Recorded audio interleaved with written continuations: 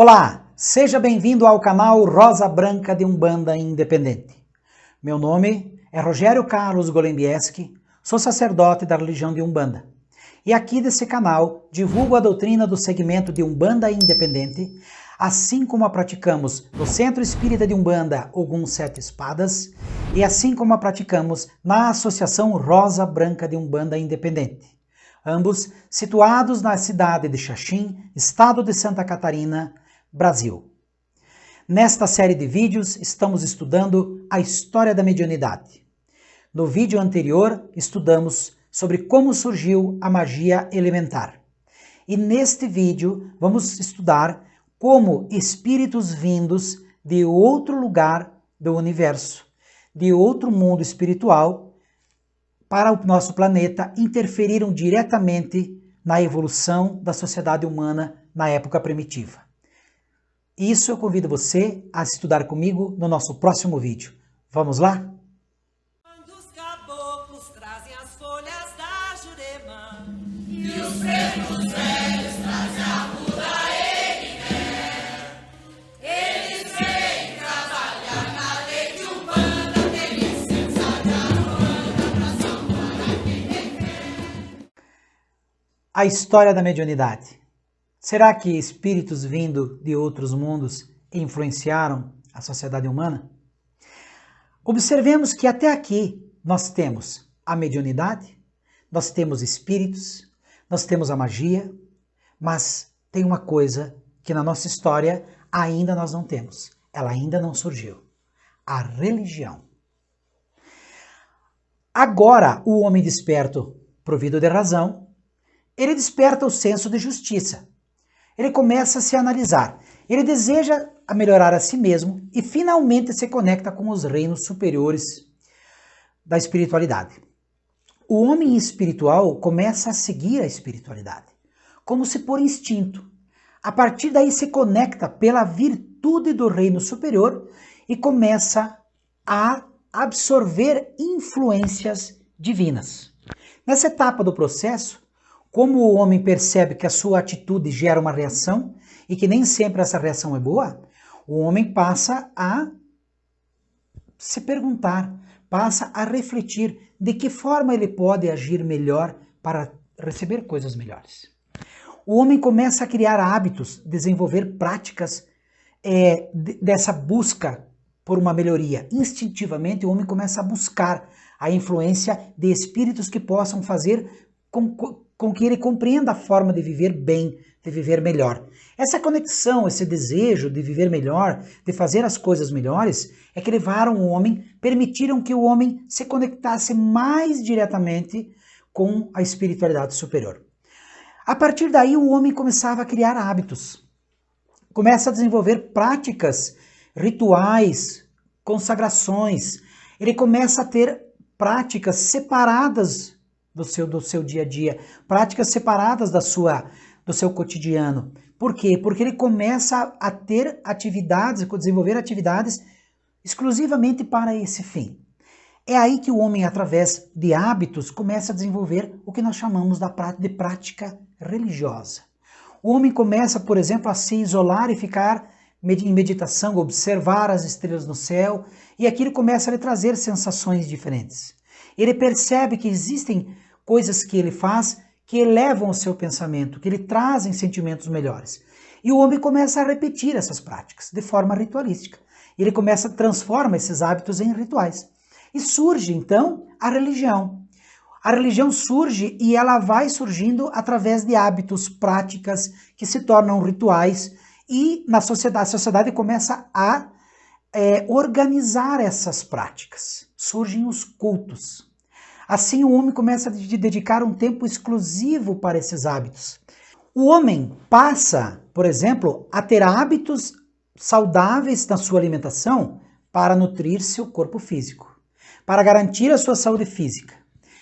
Mas o homem passava agora, através da prática religiosa, a nutrir o seu espírito com boas práticas, a fim de manter a sua saúde espiritual. Então o homem começava agora, ele desenvolve essa consciência de que assim como o corpo físico precisa de alimento, o seu espírito também, se não for alimentado, vai decair e vai sempre ter uma tendência ao primitivismo, né? Ao seu lado animal. Então o homem passa a desenvolver práticas religiosas para nutrir o seu espírito e a sua evolução. Várias religiões do mundo falam dos espíritos que vieram das estrelas. A literatura espírita nos conta que em determinado momento a Terra recebeu os espíritos que vieram do mundo, de um mundo chamado Capela. Esses espíritos foram expulsos da constelação de Cocheiro e vieram para a Terra. Surgiu na Terra, segundo a literatura espírita, a raça adâmica. Para esses espíritos que viviam no mundo celestial, totalmente evoluído e paradisíaco, reencarnar na Terra, num corpo primitivo de um primata, era um grande castigo. Mas, por outro lado, as raças primitivas, que ainda engatinhavam na evolução aqui na Terra, seriam extremamente favorecidas por esses espíritos, porque eles trariam consigo imenso conhecimento sobre espiritualidade, ciência, cultura e sociedade. Desses espíritos que chegaram, uns movidos pelo arrependimento dos crimes que cometeram no mundo de Capela, uns admitiram as suas culpas pelos erros cometidos no mundo celestial e começaram instintivamente a formar núcleos isolados de cultivo à meditação, voltada para a elevação moral e espiritual. Já outros espíritos se sentiram muito revoltados pelo castigo que receberam, por terem sido punidos, por terem que viver num mundo tão selvagem como era a Terra, e essa revolta deles fez com que esses espíritos se aliassem aos povos primitivos e desenvolvessem cultos bárbaros. E esses espíritos revoltados, essas entidades inferiores, passaram a ser tratados como deuses. Há vários relatos nas tradições religiosas que falam do povo vindo das estrelas. Na Bíblia, no livro de Gênesis, no capítulo 6, versículo de 1 a 4, nós encontramos no texto: quando os homens começaram a se multiplicar na terra, lhe nasceram filhas. Os filhos de Deus viram que as filhas dos homens eram bonitas e escolheram para si aquelas que lhes agradaram. Então disse o Senhor: por causa da perversidade do homem, meu espírito não contenderá com ele para sempre, e ele só viverá 120 anos. No versículo 4 vemos: daqueles dias haviam Nefilins na terra. E também posteriormente, quando os filhos de Deus possuíram as filhas dos homens, e a elas lhe deram filhos. Os Nefilins foram os heróis do passado, homens famosos. Já no livro de Números, capítulo 13, versículo 33, temos o seguinte texto: também vimos ali gigantes, filhos de Anak, descendente dos gigantes, e éramos aos seus olhos como gafanhotos, e assim também éramos aos seus olhos. Anak é derivado de Anakins, que quer dizer aqueles que dos céus desceram à terra. Esses espíritos antigos, ancestrais das estrelas, uma vez alocados na terra, passaram a criar impérios espirituais. Existem até hoje e se perpetuam através das eras. Enrijecidos pela maldade, inflexíveis, permanecem no orbe terrestre e usam o seu conhecimento para ensinar os povos, foram usados para ensinar os povos primitivos todos os avanços possíveis. Eles ensinaram sobre agricultura, ensinaram sobre sociedade, eles ensinaram cultura, religião, enfim. Mas esses espíritos foram e são muito inflexíveis. E por essa inflexibilidade é que a Terra sofre e padece até hoje no sofrimento. Logicamente porque nós, humanos, favorecemos esse processo, bem como fomentamos a maldade, que faz com que a atmosfera espiritual da Terra seja favorável a essas vibrações. Por conta desses espíritos é que espíritos de uma elevação moral muito grande vieram para a Terra trazendo a luz da verdade. Espíritos como Buda, Shiva, nosso Senhor Jesus Cristo, vieram pessoalmente à Terra trazendo a sua mensagem de amor e paz. Esses espíritos revoltados, esses espíritos que criaram impérios no plano espiritual, essas potestades, são chamados na literatura espírita de dragões. Esses espíritos revoltados constituem as legiões das trevas e eles enfrentam até mesmo o próprio Jesus. São eles que governam o mundo inferior, são os principados e potestades citados na Bíblia.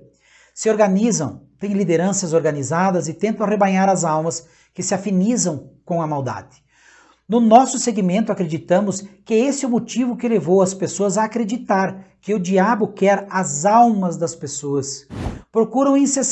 Esses espíritos procuram incessantemente manter a Terra numa vibração negativa. Pois, se a humanidade, de uma hora para outra, desse um salto e se transformasse em pleno amor e luz, a vibração do planeta mudaria de tal forma que esses espíritos seriam novamente exilados para um outro mundo inferior.